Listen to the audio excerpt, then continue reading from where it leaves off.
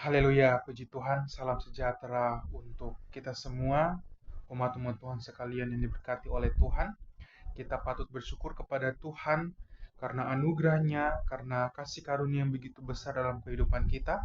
Kita masih ada sebagaimana kita ada pada hari ini, semuanya karena berkat Tuhan.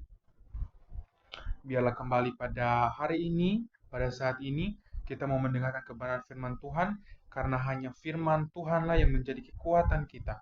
Karena hanya firman Tuhanlah yang dapat menghibur hati kita. Mari kita siapkan hati kita, kembali kebenaran firman Tuhan akan dibentangkan kepada kita pada saat ini. Biarlah firman Tuhan itu boleh tertanam dalam hati dan pikiran kita, bukan hanya kita tanamkan dan kita ingat saja, namun kita lakukan dalam kehidupan kita sehari-hari. Puji Tuhan. Sebelum kita mendengarkan kebenaran firman Tuhan, mari kita berdoa. Segala pujian, syukur, hormat, kemuliaan kami naikkan kepada Bapa di dalam kerajaan surga. Terima kasih Bapa untuk anugerah-Mu. Terima kasih untuk penyertaan perlindungan-Mu sepanjang kehidupan kami. Terlebih kami bersyukur untuk anugerah keselamatan yang sudah Engkau anugerahkan kepada kami melalui penebusan anak-Mu yang tunggal, Tuhan Yesus Kristus, Juru Selamat kami.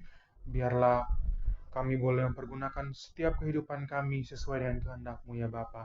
Terima kasih Bapa, kembali pada kesempatan kali ini kami akan kembali mendengarkan kebenaran firman Tuhan. Nyatakanlah apa yang menjadi kehendak-Mu dalam kehidupan kami.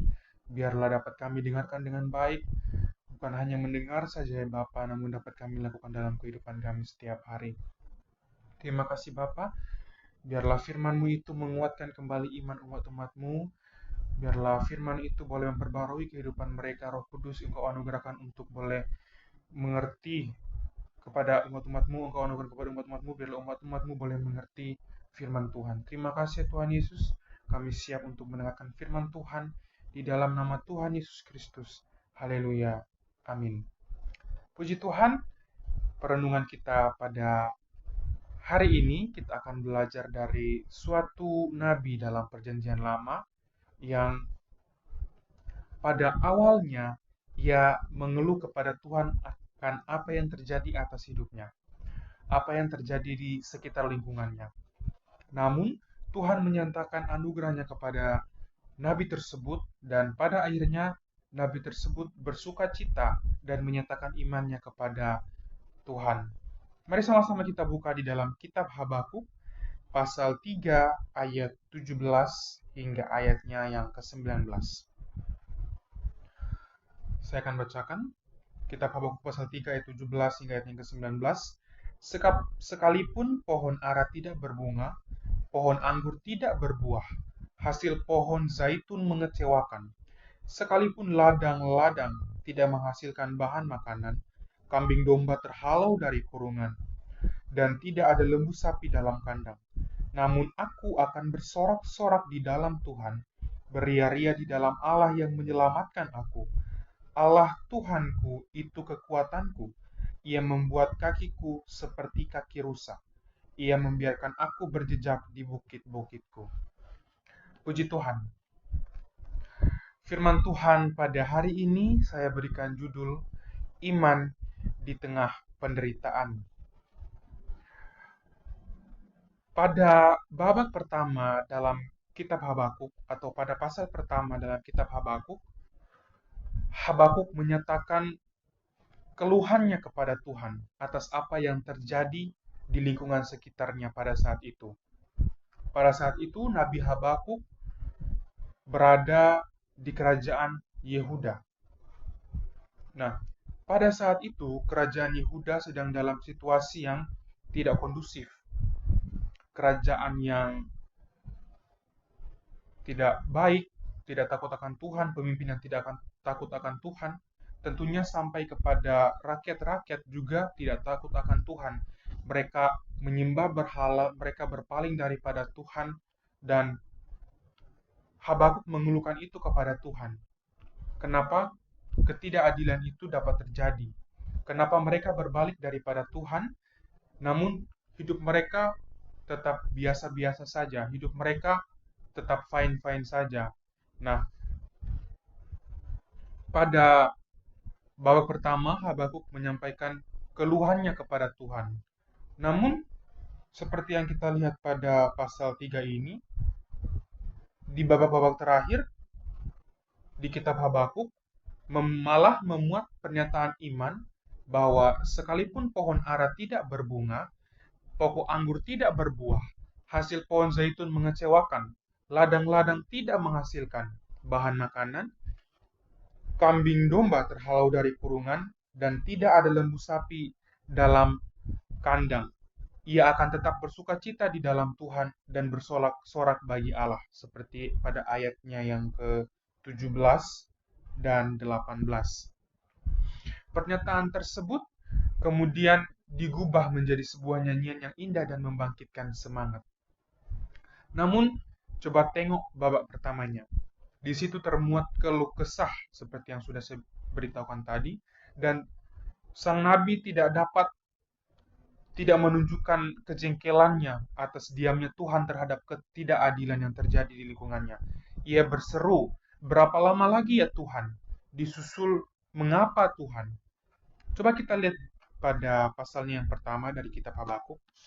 Habakuk pasal 1, ayat 2 dan 3. Demikian firman Tuhan, "Keluhan nabi karena ketidaksetiaan.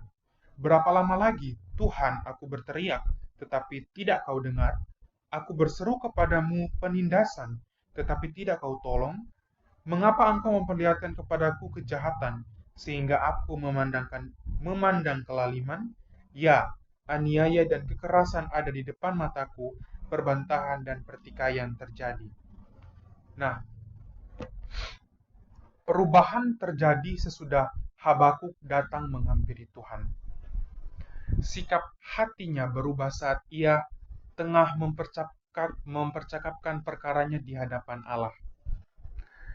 Habakuk tersadar siapakah dirinya sampai berani mengajukan protes pada perilaku Tuhan.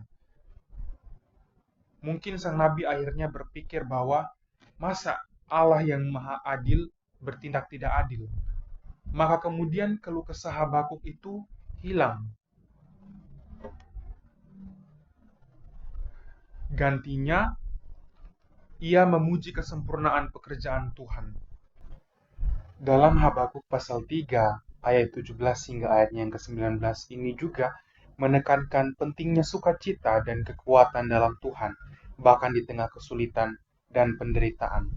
Nabi Habakuk menyatakan bahwa ia akan tetap bersukacita dan bergirang di dalam Tuhan, meskipun kondisi dunia tidak baik. Ia percaya bahwa Tuhan akan memberikan dia kekuatan untuk menghadapi tantangan hidup. Poin yang menjadi perenungan kita yang dapat kita ambil dari renungan hari ini adalah yang pertama, sukacita dalam kesulitan. Renungan kali ini memberikan kita pesan bahwa sukacita sejati tidak bergantung pada kondisi dunia yang berubah-ubah, tetapi sukacita yang sejati hanya kita dapatkan dari hubungan kita dengan Tuhan. Lalu yang kedua adalah Tuhan adalah satu-satunya kekuatan kita. Habakuk mengakui bahwa Tuhan adalah kekuatannya. Ia tidak hanya mengandalkan kekuatan diri sendiri, tetapi bersandar pada Tuhan yang memberikan kekuatan untuk menghadapi tantangan hidup, bahkan yang tampak mustahil. Dan yang ketiga adalah kita sebagai orang percaya harus menyatakan iman kita kepada Tuhan, bahwa Dialah satu-satunya Tuhan penolong kita, Dialah satu-satunya tempat kita menggantungkan pengharapan kita, sehingga pada akhirnya kita akan dianugerahkan dengan damai sejahtera dan sukacita yang sejati daripada Tuhan. Puji Tuhan, demikian perenungan pada hari ini. Mari kita berdoa. Terima kasih Tuhan untuk anugerah-Mu. Kembali firman-Mu hari ini meneguhkan iman kami bahwa kami harus tetap bersukacita di dalam Tuhan. Terlebih sukacita sejati itu hanya dapat kami peroleh dari hubungan kami dengan Tuhan, dan bahwa hanya Tuhanlah satu-satunya sumber kekuatan kami. Biarlah kami belajar menyatakan iman kami, meskipun dalam penderitaan sekalipun, Tuhan tetap bersama-sama dengan kami. Anugerahkanlah roh-Mu, anugerah hikmat-Mu bagi umat-umat-Mu, biarlah mereka boleh mengerti apa yang menjadi kehendak-Mu, dan mereka boleh lakukan dalam setiap kegiatan dan hari-hari mereka ya Tuhan. Terima kasih Tuhan Yesus, nyatakanlah perlindungan-Mu, nyatakanlah berkat-Mu dalam kehidupan kami, sehingga kami lebih setia lagi melayani Tuhan. Nama Tuhan dipuji, nama Tuhan dipermuliakan. Terima kasih Tuhan Yesus, di dalam nama Tuhan Yesus Kristus kami berdoa. Haleluya. Amin. Puji Tuhan, Tuhan Yesus memberkati.